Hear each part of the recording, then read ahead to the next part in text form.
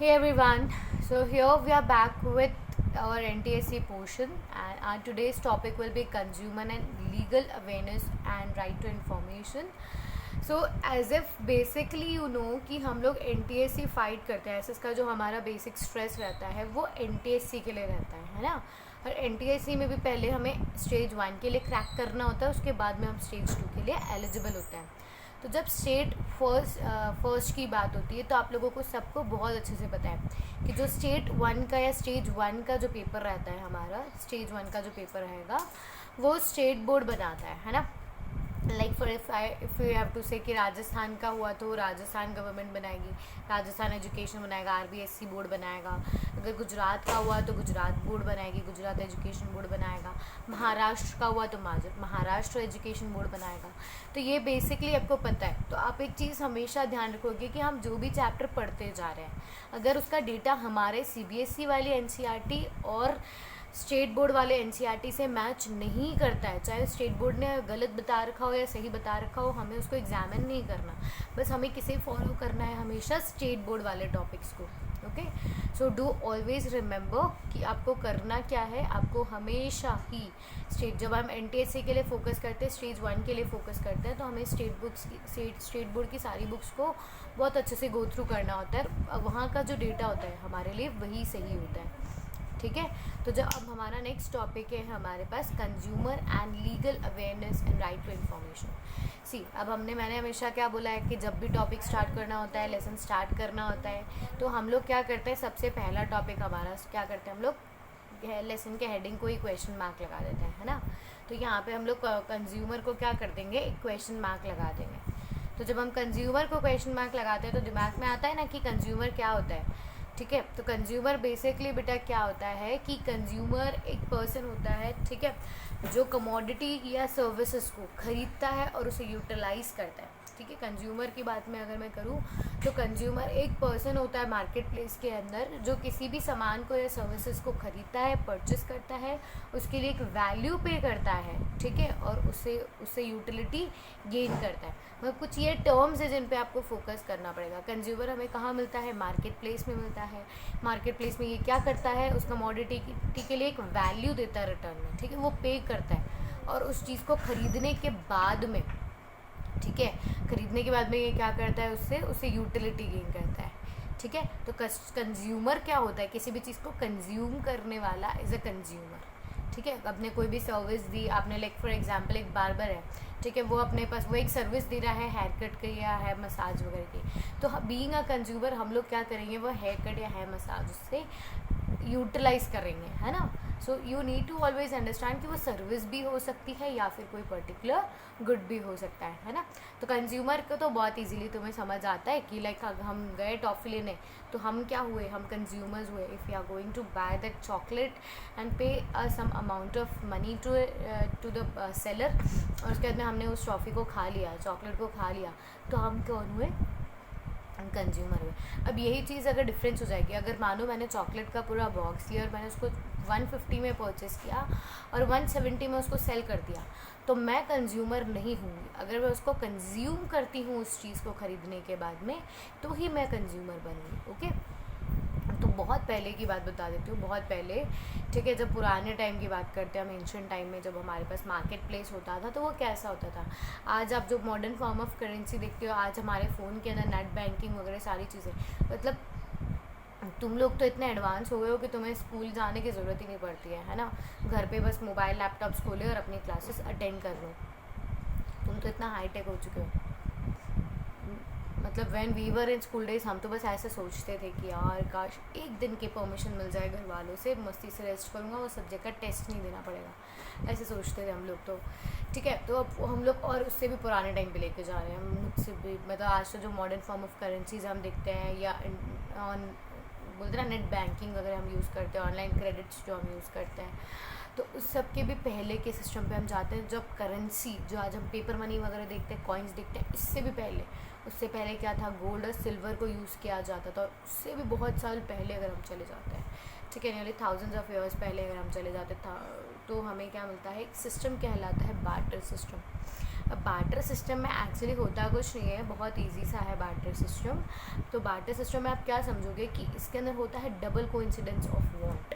अब double coincidence of want को हम कैसे समझेंगे ना, मतलब आप पहले इस चीज़ को बहुत अच्छे से समझो। टू से कि यहाँ पर पर्सन ए है, ठीक है, और यहाँ पर पर्सन बी है। ये पर्सन बी आ गए, वाह थोड़ा सा फनी लग रहा है ना मेरा भी, कोई बात नहीं। तो यहाँ पर्सन ए और पर्सन बी है। पर्सन बी ए के पास वो फार्मिंग करता है और उसने राइस ग्रो किया है, ठीक है, और इसको अपने बच्चों के लिए क्लोथ्स चाहिए, ठीक है, इसको क्लोथ चाहिए। वहीं पे पर्सन बी जो है, ठीक है, उसके पास बहुत सारे कैटल्स हैं, तो उसने मिल्क प्रोड्यूस किया है, उसकी कैटल्स ने मिल्क और फ्लैश प्रोड्यूस किया है, ठीक है, और इसको बदले में राइस चाहिए, इसको खाने के लिए कुछ तो चाहिएगा ही ना, ठीक है। तो अब यहाँ पे समझो कि इसके पास भी कोई मनी नहीं है, इसके पास भी कोई मनी नहीं है। तो अब ये क्या करेंगे, आपस में अपने सामानों का एक्सचेंज करेंगे, ठीक है। उस एक्सचेंज को ही बोला जाता है when things and services are exchanged without the use of money, that era was known as barter system, ठीक है। जब ये पर्सन ए और पर्सन बी अपने सामानों को एक्सचेंज करते हैं, मानो किसने राइस दे दिया, उसने बदले में मिल्क दे दिया या फ्लैश दे दिया, है ना, तो ये क्या हो जाएगा, बार्टर सिस्टम। अब डबल कोइंसिडेंस ऑफ वांट एक टर्म मैंने यहाँ बोली। डबल कोइंसिडेंस ऑफ वांट मतलब क्या होता है कि इसको क्या करना है, इसको राइस देना है और बदले में क्लोथ लेना है, और इसको क्या करना है, इसको मिल्क देना है और बदले में राइस लेना है। तो दोनों की नीड्स और डिमांड्स आपस में नहीं मिल रही ना। अब हम ये ए जो है वो इस पर्सन को रिजेक्ट कर देगा, ठीक है, वो इस पर्सन को रिजेक्ट कर देगा, और वो क्या करेगा, एक ऐसा पर्सन ढूंढने की कोशिश करेगा जिसको, अब जैसे वापस से इस एग्जाम्पल पे ही आ जाता है हम लोग, है ना। तो इस एग्जाम्पल को हम कैसे समझने वाले हैं कि पर्सन ए है, इसको वही राइस क्लोथ देना है, और पर्सन सी है, उसको भी क्या है, उसके पास बहुत सारे क्लोथ्स है पर उसको खाने को कुछ नहीं, तो वो क्लोथ्स देना चाहता है, बदले में कुछ खाना लेना चाहता है। तो इन दोनों की डिमांड्स पूरी हुई ना, ठीक है। इसको जो देना है, इसको जो चाहिए वो इसे कहाँ से मिल रहा है, सी से, और सी को जो देना है, सी को जो मतलब जो सेल आउट करना है और जो बाई करना है वो उसे कहाँ से मिल रहा है, ए से। तो ये दोनों अपनी नीड्स को, डिमांड्स को फुलफिल कर रहे हैं दोनों साइड से, डबल साइड से, है ना। तो ये होता है डबल कोइंसिडेंस ऑफ वांट, ठीक है। आई थिंक सो आपको कुछ अच्छे से समझ आया होगा। बस जब बायर्स और सेलर्स की डिमांड्स जो होती है, नीड्स जो होती है, वो एक दूसरे से बिल्कुल मिल जाती है। जैसे अगर आप समझो कि मुझे एजुकेशन देनी है, मुझे डिलीवर करना है लेक्चर, पर अब मैं ऐसे बच्चों को ढूंढूंगी ना जो पर्टिकुलर भी 9th या 10th में होंगे, जो इस वीडियो को देख करके उसकी यूटिलिटी ले पाएंगे। अगर मैं चली गई 2nd क्लास के बच्चे के पास में और उसको बोल रही हूँ बेटा बार्टर सिस्टम समझ, तो वो बोलेगा जाओ जाओ रहने दो, मेरे को तो नहीं समझना, है ना। तो वही चीज़ आप वही चीज़ आपको यहाँ समझनी है कि आपकी नीड्स क्या है, कि आपको कोई एक अच्छा टीचर मिल जाए, ठीक है, अच्छा टीचर मिल जाए, माना आप अच्छा टीचर नहीं मिला है, तुम एडजस्ट कर रहे हो मेरे नाम पे, पर तुम्हारी नीड्स क्या है अभी कि एक अच्छा टीचर मिल जाए, एसएसटी ढंग से पढ़ा दे, ठीक है, तो एनटीएससी क्रैक कर लेंगे हम, है ना। ये आपकी बेसिक नीड होगी। और मैं भी यही चाह रही हूँ कि मैं थोड़े से अच्छे स्टूडेंट्स मिल जाए, है ना, इंटरेस्टिंगली जो मेरी क्लासेस में इंटरेस्ट दिखाए, ठीक है, ताकि मैं उनको पढ़ा पाऊँ। तो हम दोनों की नीड्स सिमिलर हुई ना, आपको कोई टीचर चाहिए और मुझे कोई स्टूडेंट चाहिए, ठीक है। तो ये चीज़ होता है डबल कोइंसिडेंट ऑफ वांट, जब दोनों की नीड्स और डिमांड्स सिमिलर होती है, ठीक है। बार्टर सिस्टम के बाद में अब इसमें बहुत प्रॉब्लम आने लगी। अब ज़रूरी तो नहीं है ना कि हर पर्सन, मतलब अगर आप सोचो कि मेरे पास जो कॉम्बिनेशन ऑफ गुड्स अवेलेबल है और मुझे जो चाहिए उसको ढूंढने के लिए, वही सेम नीड्स मुझे किसी और पर्सन में ढूंढने के लिए, कितनी प्रॉब्लम होगी उस चीज़ को, है ना।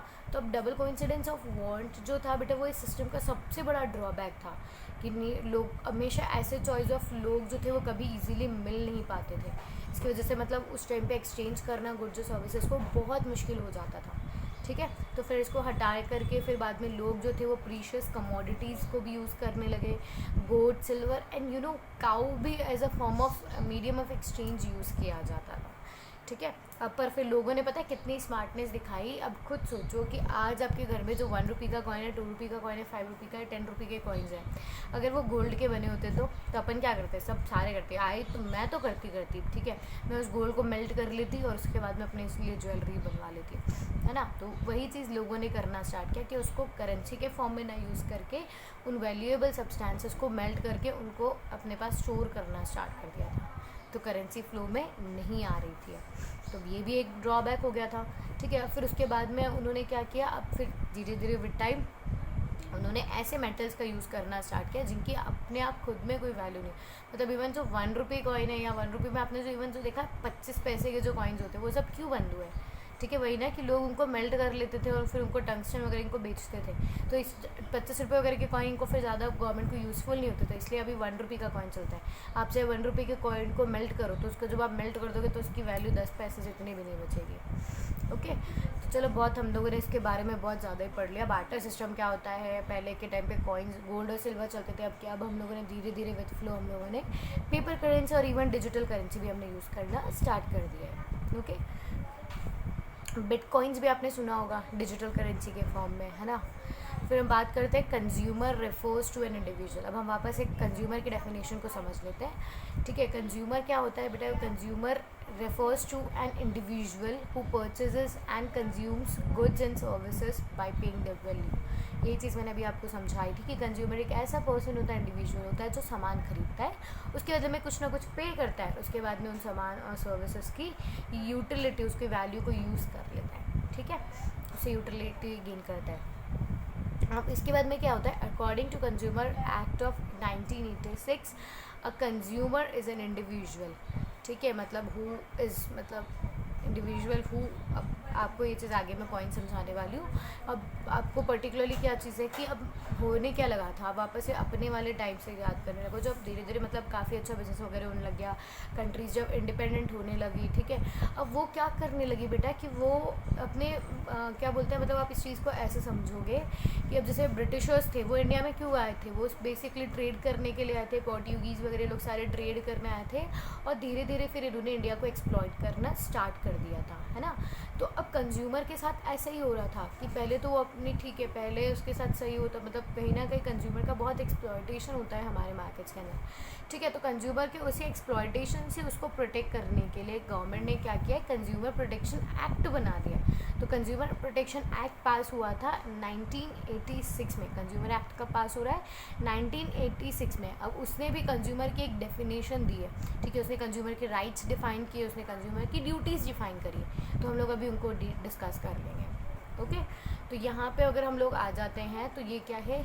Has paid for some goods and services और हैज़ प्रॉमिस टू पे, क्योंकि कंज्यूमर को मैंने बताया ना अभी कि उसको जो सामान खरीदना है, सर्विस खरीदनी है, उसके बदले उसको पेमेंट करना पड़ेगा। आप बार्बर के पास जा रहे हो, आप एक धोबी के पास जाते हो, इवन आप एक टीचर के पास जाते हो, डॉक्टर के पास जाते हो, तो आपको उसके बदले, उन सर्विसेज के बदले कुछ पे करना पड़ेगा, है ना। हम शॉप पे जाते हैं, हम कुछ भी सामान खरीदते हैं तो उसके बदले भी हमको पे करना पड़ता है। तो ठीक है, he has to pay something for his, मतलब उसको कुछ, या प्रॉमिस कि मैं आपको, चलो फ्यूचर में हम लोग जाते हैं ना बहुत सी बार दुकानों पे जाते हैं और उनको उधार ले आते हैं कि मैं ना आपको, है ना, एक साथ पेमेंट कर जाऊँगा बाद में। Okay, so he has to pay something और has to make a promise of paying something. ठीक है, तो has made part payment of the good और सर्विसेज और हैज़ प्रॉमिस और has promise to make the balance payment. और अगर वो पूरा पेमेंट उस वक्त नहीं कर पाता है तो कुछ रुपए दे देता है। जैसे मानो 100 रुपये का बिल बना है तो उसने बोलता है कि अंकल 50 रुपीज़ तो ले लो, हमारे पास अभी 50 रुपीज़ है, 50 रुपीज़ हम आपको बाद में दे जाएंगे। So that is a part payment.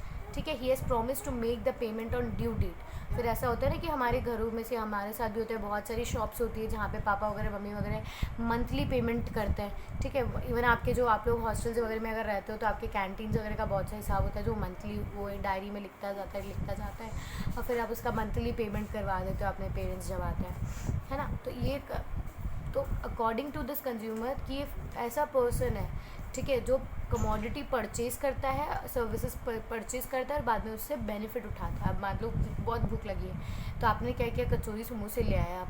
ठीक है, अब उसको कचौरी समोसे लाने के बाद में आपने पेमेंट तो दे दिया, उसके बाद में उस कचौरी और समोसे का फ़ायदा उठा रहे हो ना, अपने नीड्स को सेटिस्फाई कर रहे हो, बेनिफिट उठा रहे हो उससे। So you are a consumer. आपने क्या कंज्यूम किया? कचौरी और समोसे कंज्यूम किए हैं। ओके, तो in the consumer act consumer has been divided into 2 types. ठीक है, एक ऐसा कंज्यूमर जो गुड्स खरीदता है, एक ऐसा कंज्यूमर जो सर्विस लेता है।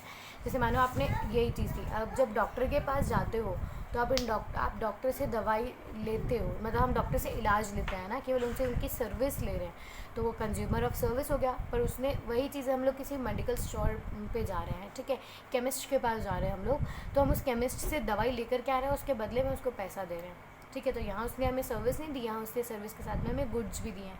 That is consumer of goods.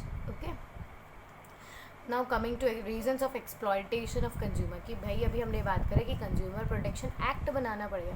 तो ये कंज्यूमर प्रोटेक्शन एक्ट क्यों बनाना पड़ रहा है? क्योंकि कंज्यूमर का एक्सप्लॉयटेशन हो रहा है। तो एक्सप्लॉयटेशन क्यों हो रहा है, कैसे हो रहा है? तो when a consumer obtain some goods और सर्विसेज आफ्टर मेकिंग पेमेंट और रेंट, ठीक है, मतलब या तो वो पेमेंट कर देता है, वो ऐसा प्रॉमिस कर देता है कि मैं फ्यूचर में आपको पेमेंट कर दूंगा, ठीक है, इस गुड्स और सर्विसेज के लिए। तो बहुत सी बार क्या होता है कि वो जो कंडीशंस होती है उस गुड्स और सर्विसेज के लिए वो इतनी ज़्यादा अच्छी नहीं होती और कहीं ना कहीं वो कंज्यूमर को एक्सप्लॉयट कर देती है, ठीक है। जैसे अगर आप देखोगे कि किस किस मैनर में एक्सप्लॉयटेशन किया जाता है, परचेजिंग ऑफ गुड्स और services without paying attention on the quality. बहुत सी बार होता है ना कि हम शॉप से सामान तो ले आते हैं, फिर घर आके देखते हैं तो हमें क्वालिटी या क्वांटिटी कम लगती है, क्वालिटी प्रॉपर नहीं लगती है ना। इवन बहुत सी बार देखो, मिल्क दूध वगैरह में भी देखा होगा आप लोगों ने, इवन हम लोग जो घर में मिल्क वगैरह परचेज वगैरह करते हैं तो उनकी क्वालिटीज़ वगैरह भी बहुत सी बार सही नहीं आती है ना। बहुत सारी चीज़ें ऐसी होती हैं। कितनी बार हम लोग क्लोथ वगैरह ले आते हैं, फिर बाद में पता चलता है कि उनकी क्वालिटी अच्छी नहीं है।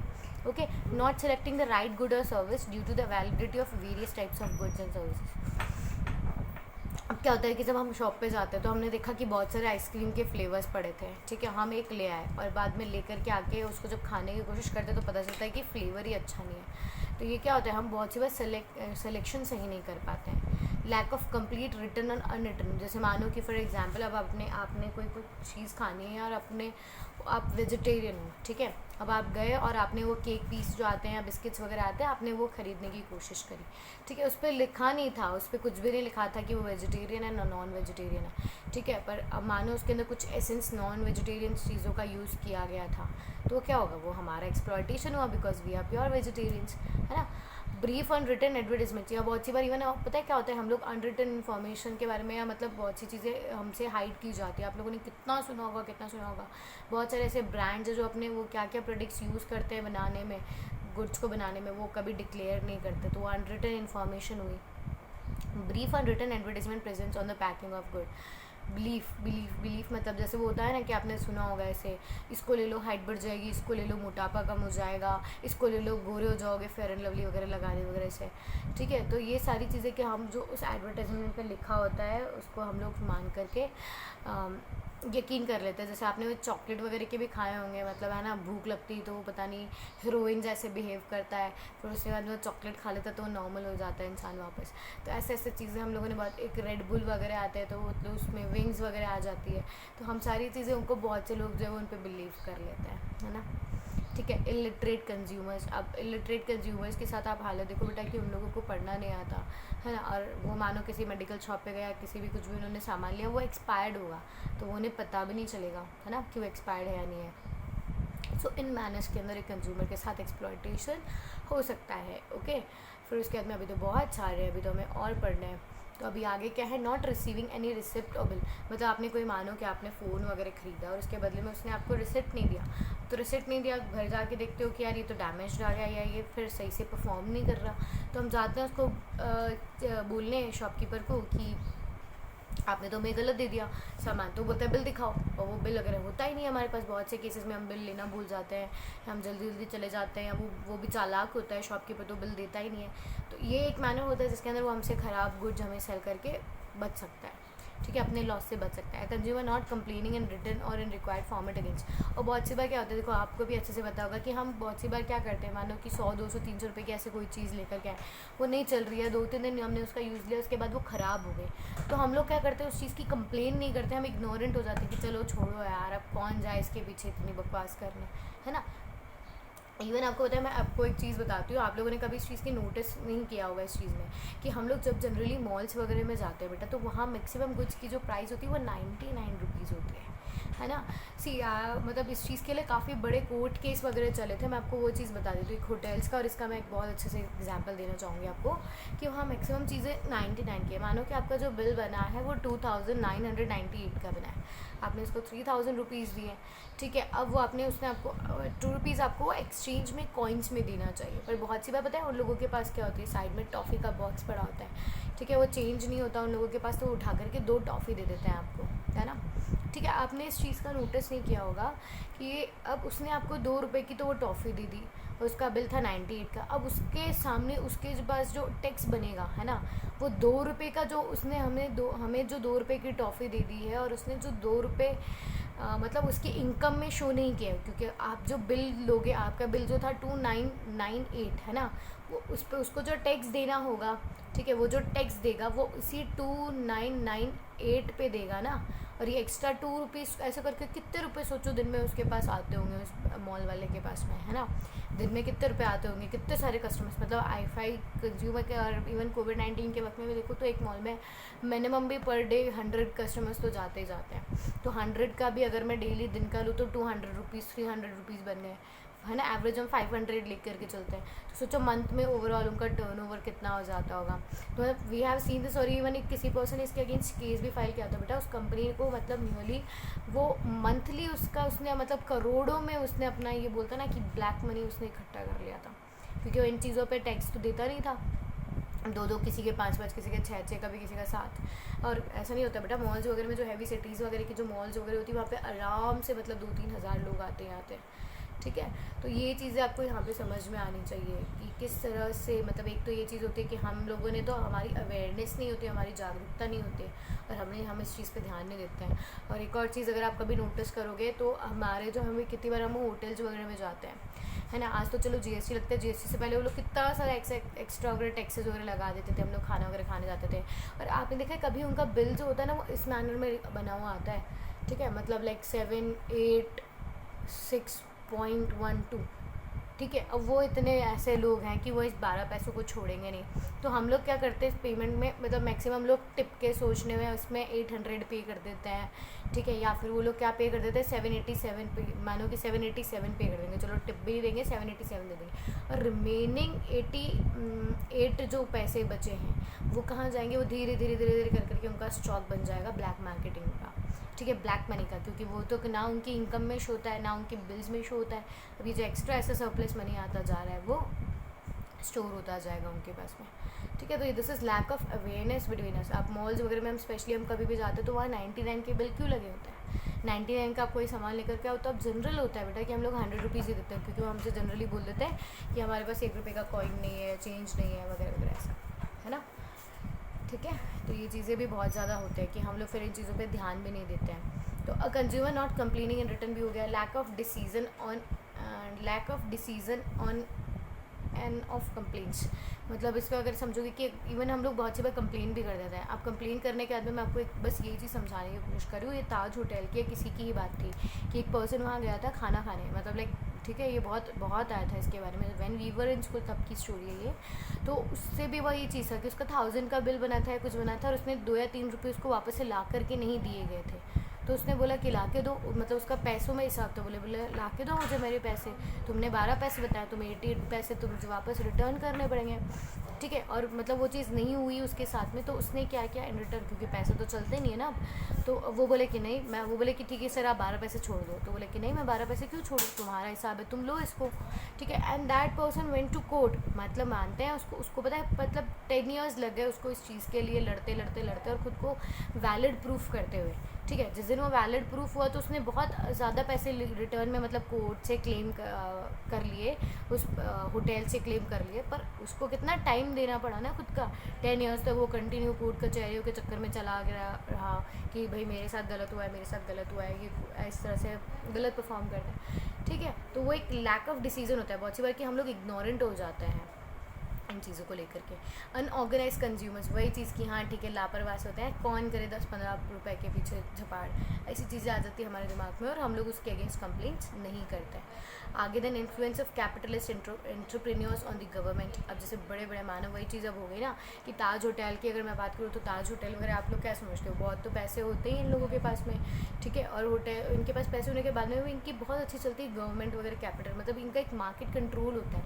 सो व्हेन यू डिसाइड कि चलो ठीक है हम इनके अगेंस्ट कंप्लेन करने जाते हैं, तो हम इनके अगेंस्ट, अब वही देखो ना कि उस पर्सन को एक चीज़ के लिए, छोटे से चीज़ के लिए उसको कोर्ट में 10 से 12 साल का अपना पूरा मतलब टाइम वेस्ट करना पड़ गया, मतलब उसकी पूरी उम्र तो इसी चीज़ में निकल गई। सो that is an influence of, मतलब हम वो, अगर हम किसी उस चीज़ के अगेंस्ट अगर हम कोर्ट केस वगैरह करने की कोशिश भी करते हैं तो वो वापस किस तरह से हमारे लिए नेगेटिव भी हो जाती है। ओके, तो जब टाइप्स ऑफ कंज्यूमर एक्सप्लॉयटेशन भी हम लोग पढ़ चुके हैं, है ना, हम लोगों ने इतना भी सारा देख लिया टाइप्स ऑफ कंज्यूमर एक्सप्लॉयटेशन कैसे होता है। तो अब जब टाइप्स ऑफ कंज्यूमर्स भी अलग अलग होते हैं तो टाइप्स ऑफ कंज्यूमर एक्सप्लॉयटेशन भी अलग अलग होगा। दैट इज़ अगर गुड्स के बेसिस पे हम लोगों ने लिया या फिर अगर हम लोगों ने सर्विसेज के बेसिस पे लिया। तो अगर आप वो एक कंज्यूमर गुड है, मतलब वो गुड्स को कंज्यूम करने वाला कंज्यूमर है, तो क्या होता है, क्योंकि आप खुद सोचो कि आपने अगर कोई कमोडिटी खरीदी है तो उसके बाद आपके साथ कैसा एक्सप्लॉयटेशन हो सकता है। क्वालिटी प्रॉपर नहीं हो सकती है, क्वांटिटी प्रॉपर नहीं हो सकती है, मानो कि वो जो जिस तरह से डिस्क्रिप्शन दिया गया है उसका वो वैसा डिस्क्रिप्शन ना हो। मे बी उसने बोला हो कि आप को मैं 1 किलो लाइक कुछ भी, वो आपको बोला कि उसमें मैं 1 किलो आपको चीनी दे रहा हूँ, उसके बदले में उसने क्या पता कंकर डाल के वेट कर दिया हो, है ना। अनडिज़ायरेबल क्वालिटी वगैरह और एक्सपायर्ड चीज़ें वगैरह आ सकती है। हम लोग नेचुरल घी वगैरह ले जाते हैं, उसके बाद में साथ में मिक्सचर आ जाता है या आर्टिफिशियल चीज़ें हमें मिल जाती है। ठीक है, सर्विसेज की बात करूँ तो हम लोगों को जो बताया गया था, ठीक है, बहुत अच्छा आपको सर्विस वगैरह देंगे, हम ऐसा ऐसा देंगे, वैसा वैसा देंगे, पर वो सारी चीज़ें अलग हो जाती है। ठीक है, उन्होंने बोला मतलब आप कहीं पे हेयर कट लेने गए, उन्होंने आपको इतना गंदा हेयर कट दिया कि आप इवन बाहर भी नहीं निकल पा रहे हो उस हेयर कट के साथ में।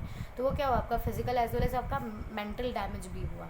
ठीक है, सर्विसेज प्रॉपर नहीं होती है। So you people are very smart to identify कि कौन सी कंज्यूमर एक्सप्लॉयटेशन गुड्स किस तरह का होता है, कंज्यूमर एक्सप्लॉयटेशन बाय सर्विसेज किस तरह का होता है। ठीक है, अब इन्हीं एक्सप्लॉयटेशन के अगेंस्ट कंज्यूमर को बहुत सारे राइट्स एंड ड्यूटीज़ भी अवेलेबल है।